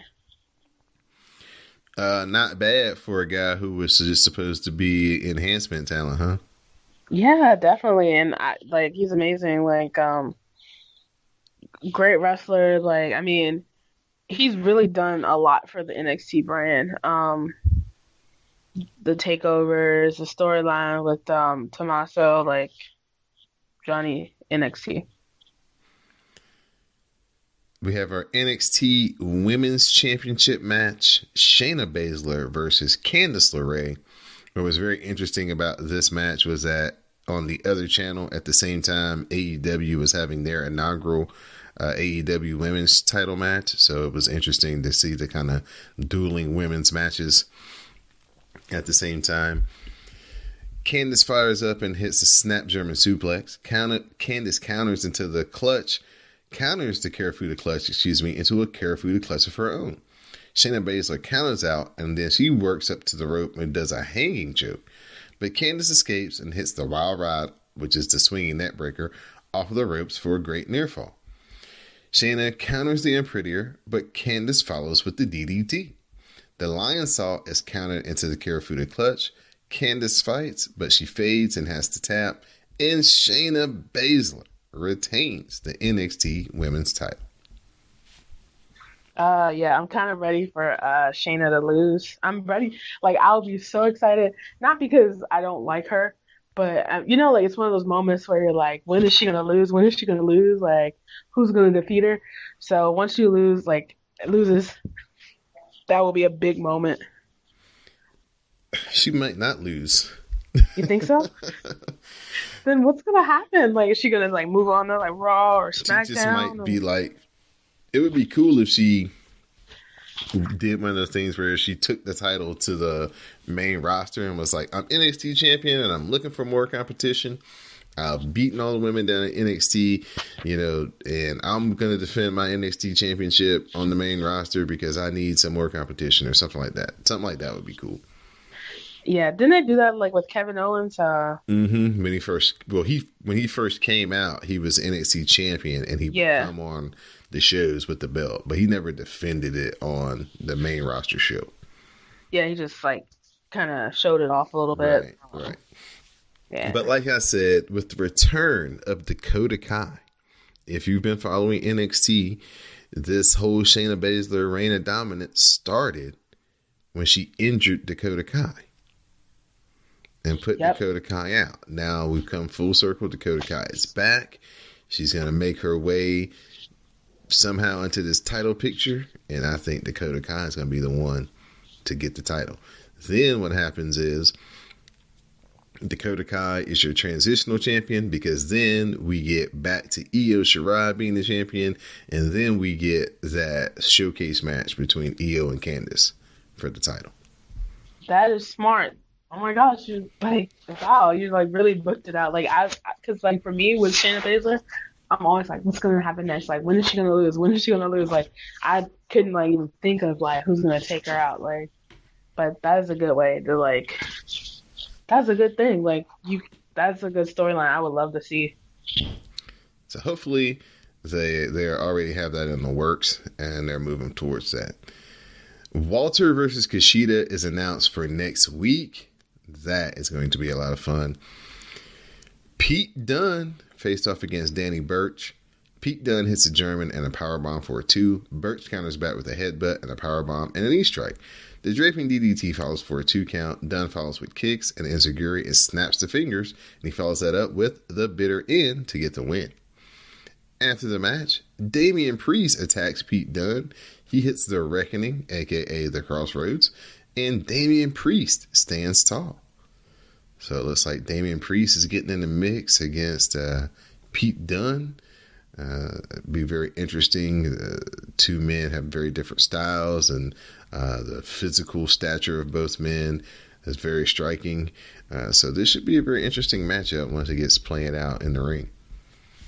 Yeah, I totally agree. Pete Dunne, the bruiserweight, he's a little bit shorter and smaller than Priest. So, and like you said, the different styles. So I hope it's a really good storyline included with a really good match. So Adam Cole was interviewed in the back. He claims that he didn't use his cast to win. He says the Undisputed Era show up. He said he didn't use his cast to win. That's when the Undisputed Era show up to complain about Finn Balor being back in NXT. Cole says to forget about Finn Balor because the focus is on keeping the prophecy fulfilled, and Bobby Fish and Kyle O'Reilly need to get their mind right so they can go out here and beat the Street Profits in the main event. So our main event comes the Undisputed Era. Bobby Fish and Kyle O'Reilly face off against the Street Profits NXT Tag Team title match. The Street Profits, they get a fly entrance with Wale accompanying them to the ring. He's basically the hype man. He should have at least put a verse together or something, because Street Profit song is already, the lyrics are already tight. But he was just, doing the call and response. But the whole crowd had the red cups, and they was lit. It was quite a spectacle to see on USA. Definitely so I would say it was my second favorite entrance of the night. During the whole war. Mm-hmm. It was probably my second favorite. It could have been my first if Wale, like you said, had some verses. If he would just drop some lines, I would have been way more into it. But definitely, I'm glad the crowd loves the Street Profits. I love them. They're really they're good in ring, but they also bring the energy and the excitement. So. Bobby Fish heads up top. He misses a splash, and Montez Ford hits his frog splash on Bobby Fish for a 2 count. The Street Profits look for the Doomsday device, but Kyle O'Reilly makes the save. Montez Ford then hits a tope over the ring post to the outside, which was awesome. Roderick Strong arrives. He gets involved. He distracts Dawkins. He pulls Montez Ford down off the apron. They hit the high-low on Dawkins, or the total elimination, and the Undisputed Era retain the tag team title. That was probably my favorite match of the night. A lot of energy, fast pace, great storyline. They told a story outside of the ring as well as inside of the ring. Just phenomenal. I just love that match. I was hoping that there would be at least one title change, that night. I mean, it is the first full episode on USA. So I was kind of hoping, or at least expecting, the Street Profits to win, or actually Candice LeRae. I felt like Adam Cole would retain, but I really thought the Street Profits are gonna get the win. After the match, the Undisputed Era, they're celebrating in the ring. Adam Cole comes out from the back. He's got his title. They're basically doing a toast. He's going to start walking towards the ring when all of a sudden, Tommaso Ciampa's music hits. Adam Cole stops dead in his tracks. Ciampa comes out, and he has a stare down with Adam Cole. I don't know if he was looking at Adam Cole more than he was looking at Goldie, but yeah, they had a moment there between Tommaso Ciampa and Adam Cole face to face to end this week's episode of NXT. That was a good ending. Again, bringing out the big guns, they waited to the right moment and the right time to bring him back. So I thought that was really cool. I love when the show ends with a cliffhanger, kind of a question, what's next? Who will Adam Cole face now? Is it going to be Balor? Is it going to be Tommaso? Is it going to be a triple threat? So I really liked the ending of the show. Great episode of NXT. They had a takeover level card to counteract AEW Dynamite's debut, and all the guys and ladies on this show, they went hard, they went fast, and by all metrics, when it came to bell in-ring product, this was the winner of the Wednesday Night War. But when it came to the aesthetics and the big time and just the feel of everything, and of course the people who watched it, AEW was the standout winner of the first edition of the Wednesday Night War. Yeah, definitely. I'm a little disappointed that they didn't put more time and money into the presentation of NXT. You know what I mean? Like I was expecting like a kind of like a set design, a new set design, pyro and things like that. Well, So they've kind of changed it from the way it was. Is they don't have the ramp anymore. They kind of walk out on like just the even ground now. Um, I think that they kind of want NXT to be different than Raw and SmackDown, since they gotcha. already have 5 hours of programming that looks pretty similar.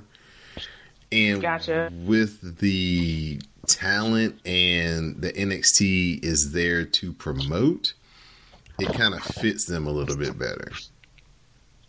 Yeah, I can see that, but I just like just looking at like like AEW and all, like if it's gonna be like a war, but I get it. It's the alternative. Like NXT is the alternative to like Raw and SmackDown, so it does make sense though. Yeah. So great effort from NXT. I really enjoyed this show. I definitely was not disappointed in 4 straight hours of wrestling on Wednesday night. We'll kind of button up the show with some talk about just some overall thoughts of the feeling of Wednesday and everything. But before we move on to SmackDown, our final review, just remember to support the podcast by going over to cspn.us. Click on the banner that says keep our podcast free at the top of the page. Do some shopping with Amazon, Busted Tees. You can also get some books from Audible. Just support our sponsors in any way that you can to help support the podcast and keep the podcast free each and every week.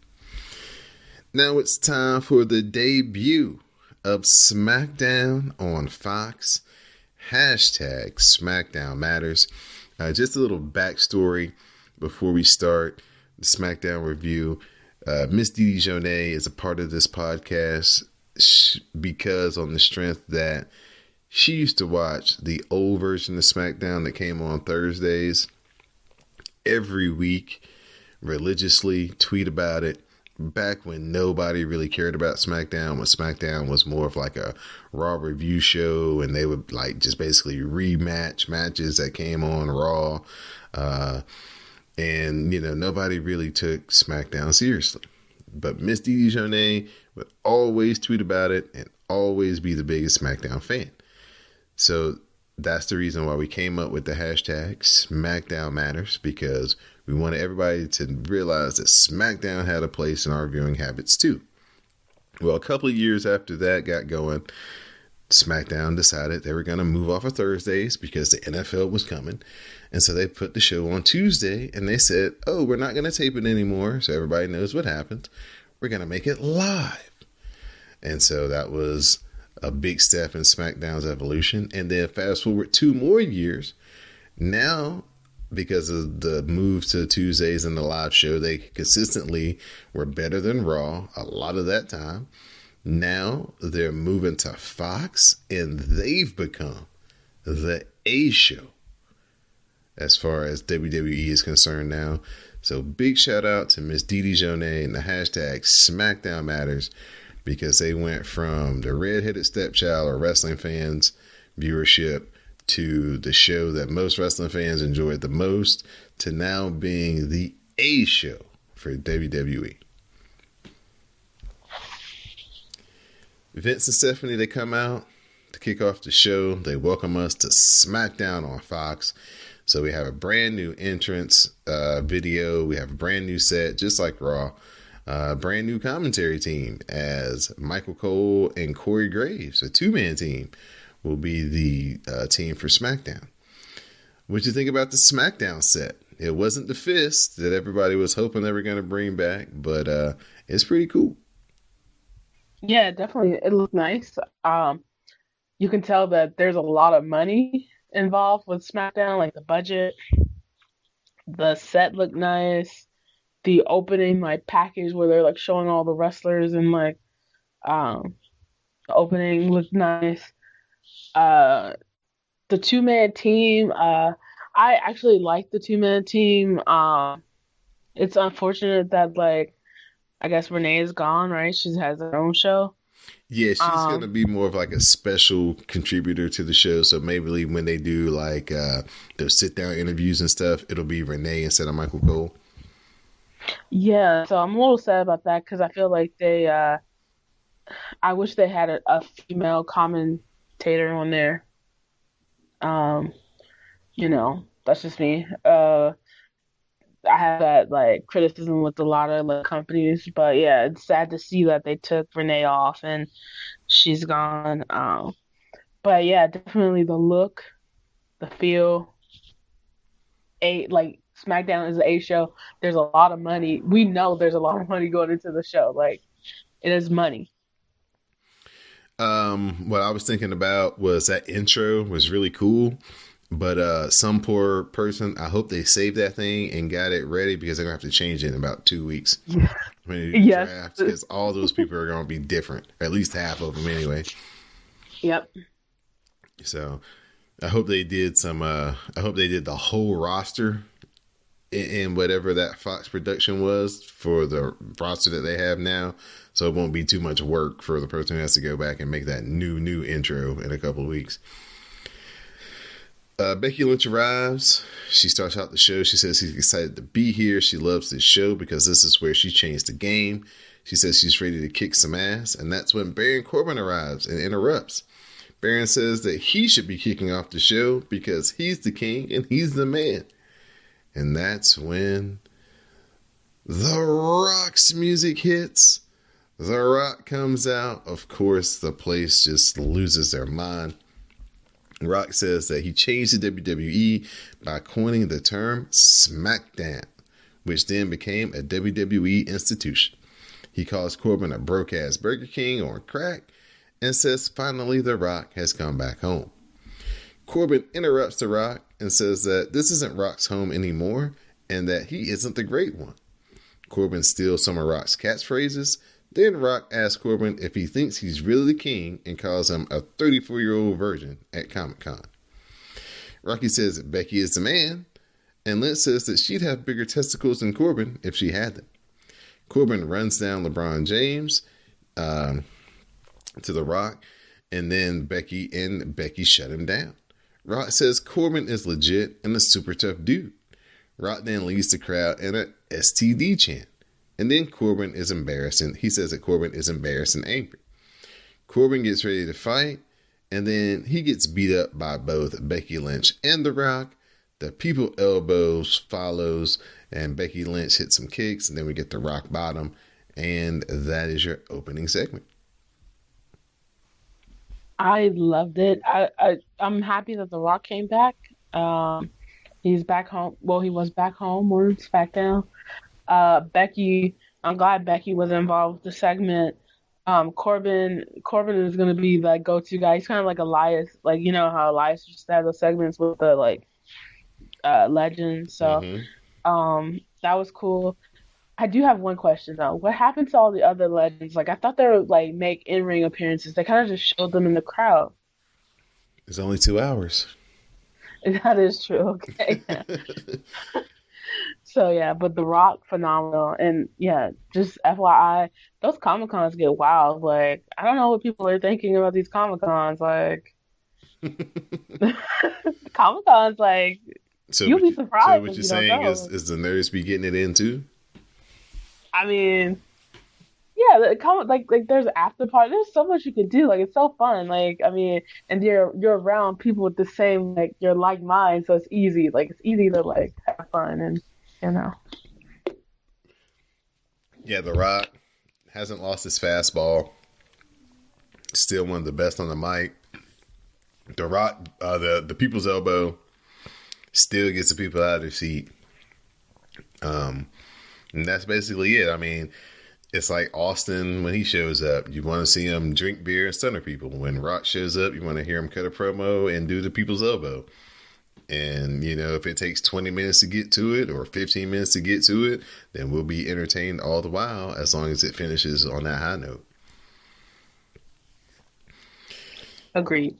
Charlotte and Becky Lynch, they faced off against Bayley and Sasha Banks. Charlotte goes up top. She does the moonsault to the floor to take out Bayley and Banks. Back in, Charlotte applies the figure 8 on Bayley. Bayley taps out, and Charlotte and Becky are victorious. Great match. The four horsewomen are always phenomenal. They always put on great matches. They don't miss a beat. They don't miss a step. It's entertaining. So that was good. It's a 2-hour show. I get it, but I'm wondering what's next. With the draft, will other women get an opportunity to shine more? Besides the same kind of pool of women, and what's gonna happen to the four horsewomen? Who's gonna go where? Are they gonna put them all on SmackDown?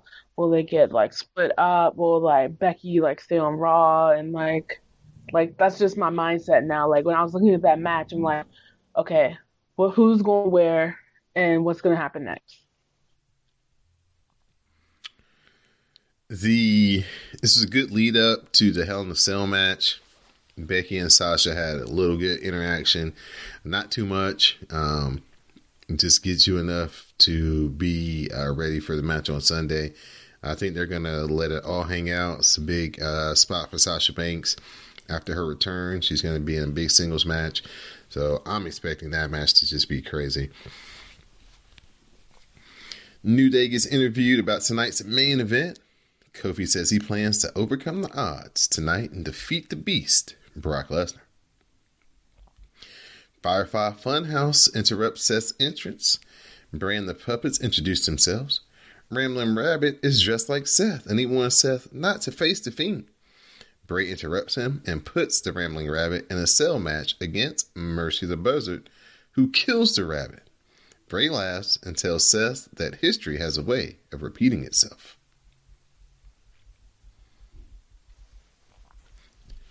Creepy, creepy, creepy. Yeah, definitely. Yeah, and I love those. I think it's good. I don't know if you heard how a lot of people on Fox were not sure what was happening because they shown the Fiend after promo, non-wrestling fans. Right. So I'm wondering this is this is huge. He's getting a title match for the Universal Championship, but also is he gonna go? My whole mindset is draft now, and that's why I kind of wish they didn't announce the draft so soon. Because I'm overthinking. I'm okay, he would be cool. Fox probably wants the Fiend, but is he gonna win Sunday? Who knows? It's up in the air. Seth Rollins just had a match against the Intercontinental Champion Shinsuke Nakamura. The blackout is stopped. As the Fiend's music hits, the lights go out. Seth runs out of the ring up to the ramp. He's looking all around, and then the Fiend attacks him from behind with the mandible claw, and he ends up tossing Seth off of the stage. I was laughing so hard that he decided to get out the ring and run. He's running. I get it. It's perfect. The Fiend is scary. He's a creepy dude, right? So I get it. But I was cracking up so hard because he decided to get out and run, and he still got caught. So yeah, man. Seth Rollins has had a bad couple of weeks, where he's had a hard time, with the Fiend. Fiend's been attacking other people. But on Monday and then here on Friday, the Fiend attacked him. So he's had a little difficult situation. I really like what they've been doing. Like you said, it is just a horror movie in the wrestling setting. Every time he comes out, with the way it's shot, with the lights and all of the graphics and everything. So it's very interesting to see what they're going to do at Hell in a Cell involving the Fiend and how they're going to keep him strong. Definitely. That's very important. Shane McMahon versus Kevin Owens in a loser leaves WWE ladder match. Shane looks for the coast to coast, and he hits it with a ladder on Kevin Owens' face. Kevin spills to the floor, and Shane looks to climb the ladder to retrieve the briefcase. But Kevin gets back in, and he stops him. Kevin then powerbombs Shane off of one ladder into a ladder he had set up in the corner. Then Kevin climbs up the ladder, he grabs the briefcase, and Kevin Owens is your winner. After the match, Kevin Owens picks Shane up, gets on the mic, fires him, and then kicks him in the gut and gives him the stunner to send him packing. I hope that's the last we see of Shane. I mean, I just want to see like Owens have a feud with another wrestler, like someone else. Mm-hmm. I mean, I've never really been a fan of like this whole like best in the world Shane like run and gimmick. So I kind of just like I'm just ready for Shane to go. I'm glad he lost, and I hope that's it. Like I hope they stay true to the like match stipulation, and he's actually fired, and we won't see him like compete anytime soon. All right. Kayla Braxton, looking as only she can look on Fox, is interviewed by Paul Heyman, who shows the footage of Brock destroying Rey Mysterio and Dominic on Raw. Heyman says that Rey was in Brock's way and Brock got rid of him, and tonight Brock will win the WWE Championship. Next up, Braun Strowman, The Miz, and Heavy Machinery. They take on AJ Styles, Robert Roode, Dolph Ziggler, and Randy Orton. Braun posts Dolph after facing off with Tyson Fury. Braun accidentally tossed Dolph into Tyson Fury, who was sitting at ringside. Tyson Fury is one of the boxing world heavyweight champions. Braun then hits the power slam onto Dolph, and they get the win. After the match, Tyson Fury hops the rail, and he teases a fight with Braun, but the security is holding him back. I guess this was... Okay. Oh, sorry.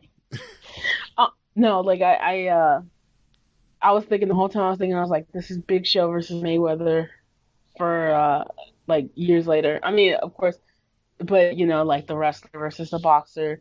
So the storyline. But I mean, at first I was wondering why are wrestlers like teamed up together and why are they having that match?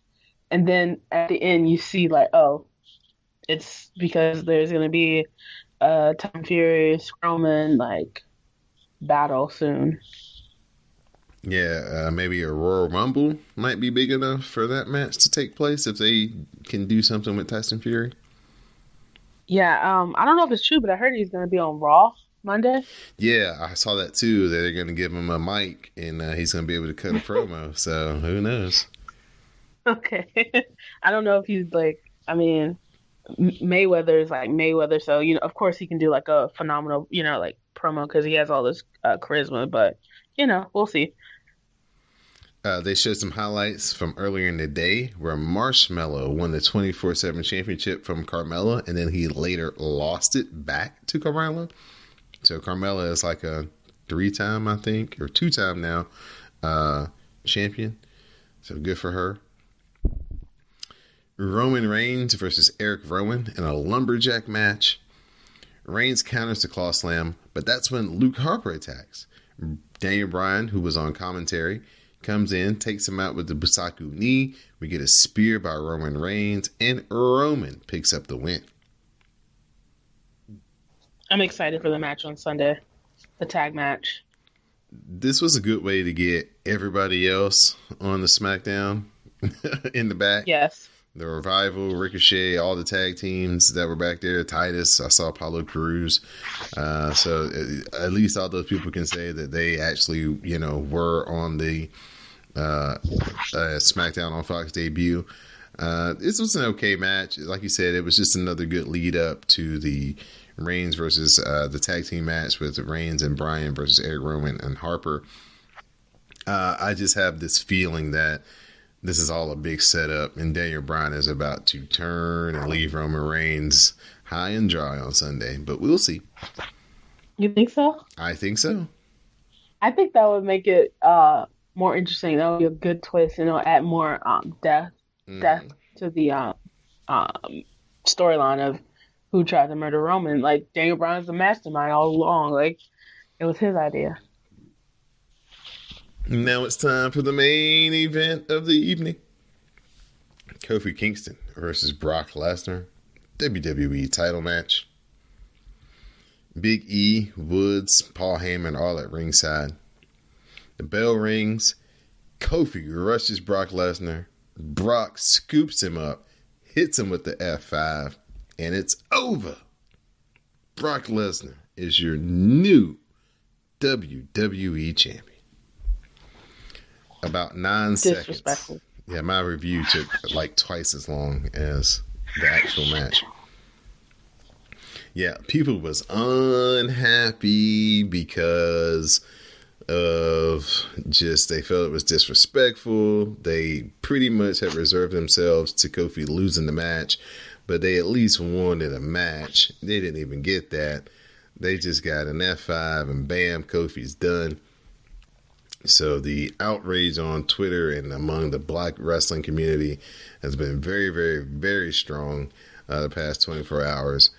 People are just not satisfied with the way Kofi lost his title. So they'll have to deal with that in WWE over the next couple of weeks, which they probably won't even bat an eye at. But it's definitely making a lot of noise on the internet. People are just so upset that they did not get more of a match, especially when a lot of people have had a problem with Kofi's title reign, considering that a lot of people feel like the matches haven't gotten the spotlight and the treatment that he deserves as champion. A lot of people feel like Kofi has kind of underwhelmed as far as in-ring performance being the champion, and we're maybe looking for this match with Brock as being, a highlight match that they could point to for his championship reign. None of that happened because the WWE had bigger business in their eyes to get to, because after this match, Rey Mysterio, broken up and battered, arrives. Rey Mysterio and... Dude, that's not... Oh my God, it is! Brock Lesnar has seen a ghost, and that ghost's name is Cain Velasquez! I have never seen fear on the face of Brock Lesnar. Cain Velasquez is the man who won the UFC Heavyweight Championship from Brock Lesnar. And Velasquez is here with Rey Mysterio, and he's marching right to the ring. Lesnar can't believe it.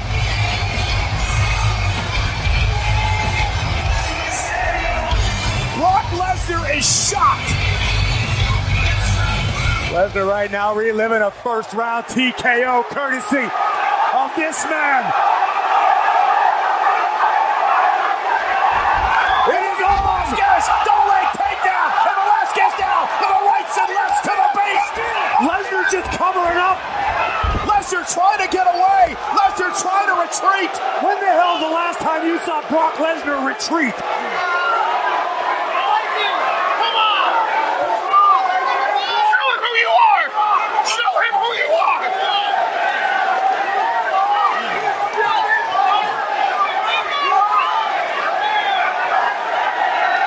Lesnar is in shock. He cannot believe it.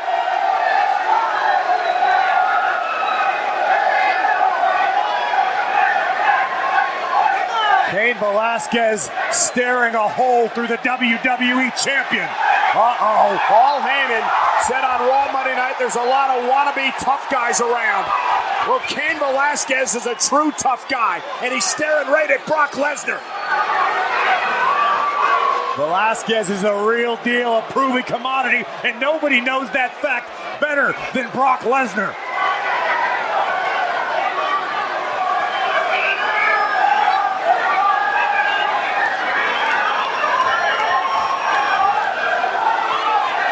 I have never seen fear in the eyes of the Beast incarnate like I have just now.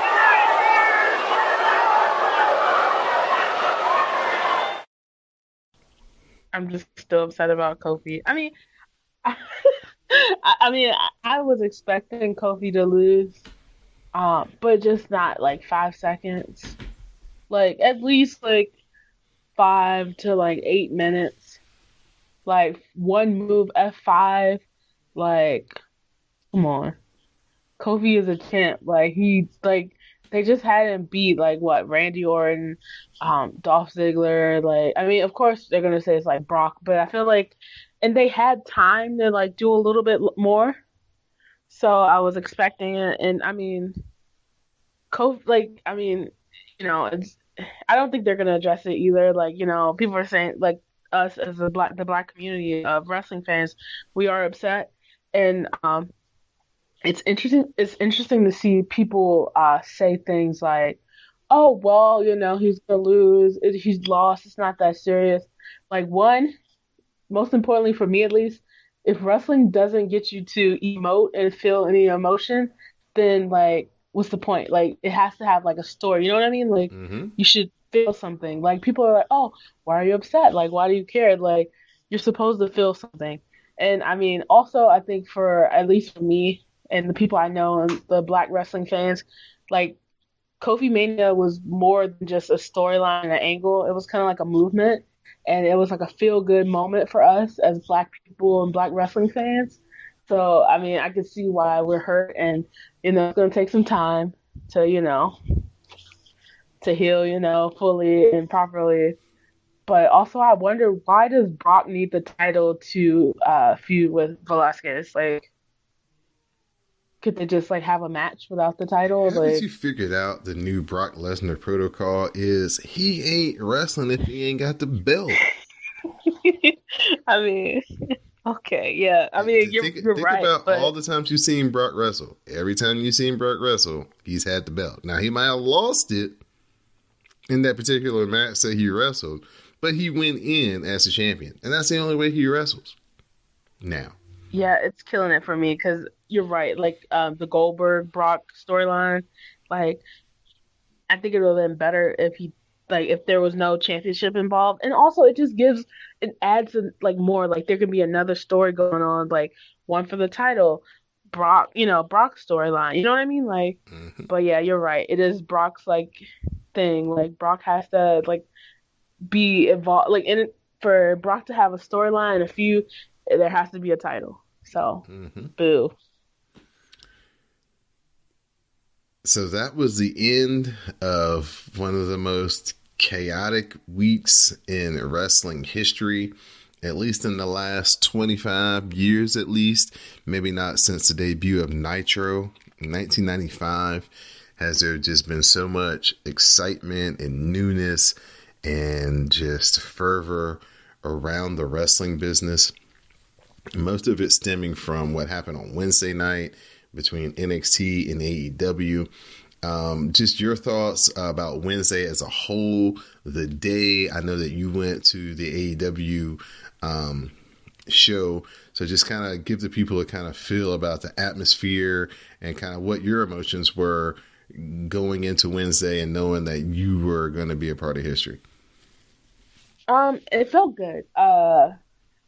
Wednesday night is the wrestling night for me. Like I feel like uh Wednesday will be my favorite like wrestling night, and I was like, because you're gonna get like two great shows, with like two different styles, but really good. Like there are a few negatives to both shows, but they're very tiny, and like the positives outshine the negatives.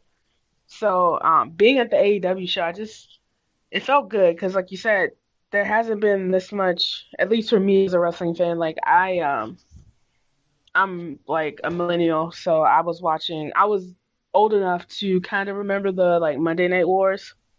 So it just feels good to like have alternatives and like, to say like, okay, maybe I want to see this match more, so I'm gonna like look at this one and like, it's not the same like the turning back and forth or whatever, because now you can look at one show on your TV set and like the other one on your computer, like, but still like, and it just felt good to be at the AEW show. Like it was a good feeling. It was a lot of energy, a lot of excitement. So I'm glad I got to like make history by being there.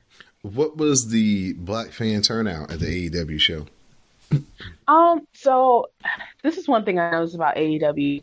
Have you noticed how they like show their fans on the like TV? I don't know if it's just me or they seem to tend to show a lot of white male fans on like in the audience. Mm-hmm. there were a good number of black fans. Like sitting in front of me, there were some black people on the row. There were like some Afro Latinos. They were Puerto Rican. There were Afro Puerto Rican people that I actually like talked to because they brought their flags, and they brought the flag for Santana and Ortiz. So, and there was a lot of women. So I felt like there's a diverse fan base, but I feel like they don't showcase it. Like I feel like they just show when they show their fans, they're usually showing like white males. Gotcha. Yeah, I was just curious because it seems to be the fanboy promotion, and like you said, when you see the crowd, you just see a lot of white dudes in there, but that's just across from the hard camera. That just may be those are the people buying those front row tickets in those sections where they'll be picked up on the camera the most. So I just wanted to know what the the overall arena and kind of what you felt the representation was from that point. I mean, I wouldn't say it was like WWE, like, because when you go to a WWE show, it's really diverse. Like, at least that's the way I feel. Like, you see so many people, different ages, different, like, you just see so many different people, so many, but people of color. But there's a good number. Like, there's a good number of us there. There's actually a lot of people that I actually knew I didn't even know they were going to be there, and they were there. So yeah, it was definitely a good number. Awesome. The final results of the viewing ratings war for Wednesday came out with AEW 1.4 million viewers, NXT right around 860,000. So the curiosity definitely boosted AEW to an outstanding number. What WWE and NXT might be worried about, though, is that when NXT debuted on USA, it got about 1.2 million people. So if you compare the two premieres to each other, there's like 200,000 people that showed up out of nowhere to watch AEW's premiere that, didn't watch this NXT premiere from a couple of weeks back when they first went on USA. So that's got to be troubling to the WWE to know that, that many new fans showed up to watch the AEW show premiere. And then just how much they got beat as far as the 1.4 million to 860,000. That also shows that a bunch of people who maybe have not watched since 2001 or so tuned in on Wednesday to see what AEW had to offer, and it'll be interesting to see if they can retain them. Yeah, definitely. Do you think that NXT maybe should have premiered the same day as AEW? Because I feel like that could have brought in more viewers and it would have upped the hype NXT, and not, they shouldn't have like just jumped the gun and started in September, and then it was like the awkward start because they had an hour on USA and then an hour on the WWE network. So I think they should have just waited till this Wednesday and just debuted, and then I think the ratings might have been different, or might have been closer. Yeah, I thought that was a very bad move at the beginning when they first announced it by splitting it up. I didn't think that it would be a very good move to do that. They should just wait, bring out everything head to head, and then, bring your best show against their best show, premiere versus premiere, and then we'll see what we get. But I guess they figured they wanted to give people an introduction to NXT, get people used to tuning in on Wednesdays, that there is programming on Wednesday. So I guess that's kind of what their strategy was, just to get in front, get people used to coming to USA on Wednesdays, have a 2-week introduction to who our guys are, and hopefully it would sustain them through this first show. But it'll be a month from now, 2 months from now, where the real ratings kind of level out, and then you can get a better judge of who the people are more behind as far as their viewing habits. Definitely. So that was this week in pro wrestling as far as the WWE is concerned. Again, if you want to listen to our AEW Dynamite review, become a Backstage Pass member over on the Patreon page at patreon.com/CSPN Media. That's our $3 tier. And with that, you will gain access to the Dark Match, and you can hear all our thoughts from AEW Dynamite, what we liked, what we didn't like, and so forth. So please become a patron and listen to the Dark Match. That's where all our AEW coverage will be found each and every week. So if you want to hear our thoughts, you got to become a patron and listen to the Dark Match. So at this point, Miss Sade, I'll turn it over to you for your shout outs and thank yous. Oh, thank you so much. Well, first, I want to give a shout out to you for allowing me to come on the show and talk wrestling, especially this week. It's been really historic. So much wrestling content, so much, like, little time to watch it and, to, make the content and do the reviews. It's just a lot. So thank you for allowing me to come on your show. I just want to say thank you to the DDT Divas team. It's a small team. It's really just me with the writing and a graphic designer and who does graphic designs and keeps the website up. And then we do have one other person who kind of gives us ideas for stories and social media posts. So shout out to the DDT Divas team. Red Rainer, who is the graphic designer for us, he's done a great job. Just shout out to anybody who subscribes to ddtdivas.com or follow us on Twitter and like us on Facebook and follow us on Instagram. So just shout out to anybody who loves our content, and we hope to continue to make more content and to do better and just continue to talk wrestling and enjoy and love wrestling. Well, thank you. I'd like to give a shout out to you, Miss Sade, for joining me on this episode of the WrassleCast. Give a shout out to my co-host, Miss Didi Jonet. Hopefully she's doing well with the old lady gang. Give a shout out to Sam and Greg, Magnum Prime. Hope they're doing well as well. I'd like to give a shout out to everybody who joined us in the Dynamite cast, the Raw cast, the NXT cast, and SmackDown Matters live tweet this week. Greatly appreciate the community. Wednesday night was a lot of fun. Seeing two hashtags going at the same time. People kind of crossing in and out between each of the hashtags. It was a lot of fun. Try not to spoil it though. So if there's a match result, kind of keep it in the one hashtag that the match is in. So people who are watching one show at a time don't get spoiled. That would be my only request if you do participate in the Wednesday night live tweet for both shows.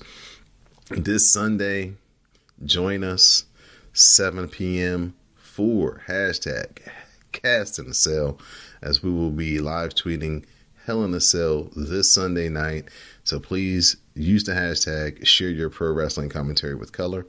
I'd like to give a shout out to all the members of the Glow. Give a shout out to everybody who downloads and listens to the podcast each and every week. All the podcasters here on the CSPN Media. I'd like to give a big shout out to them for all the time that they put in to making the network as great as it is.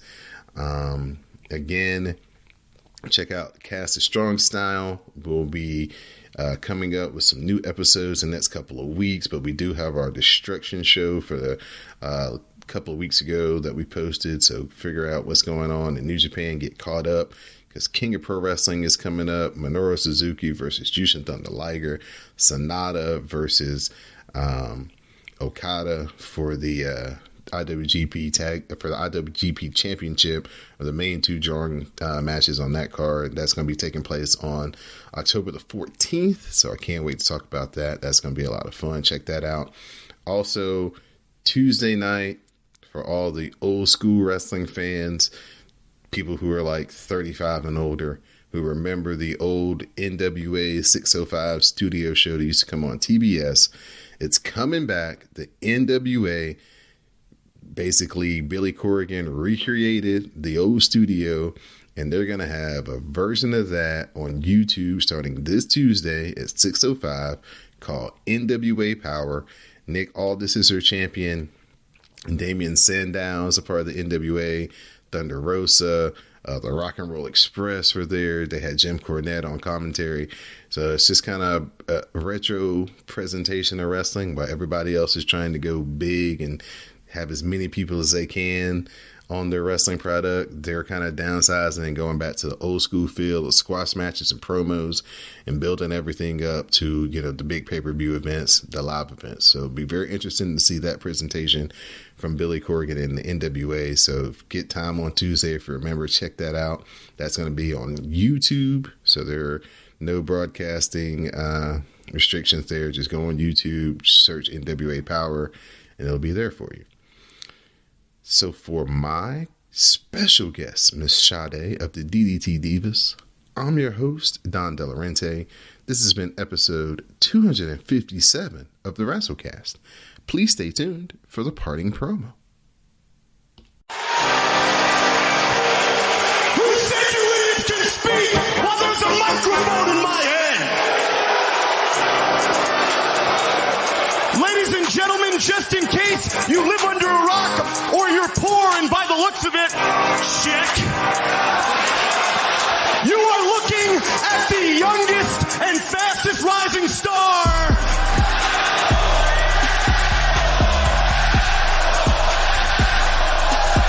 in the history of professional wrestling, Maxwell Jacob Friedman.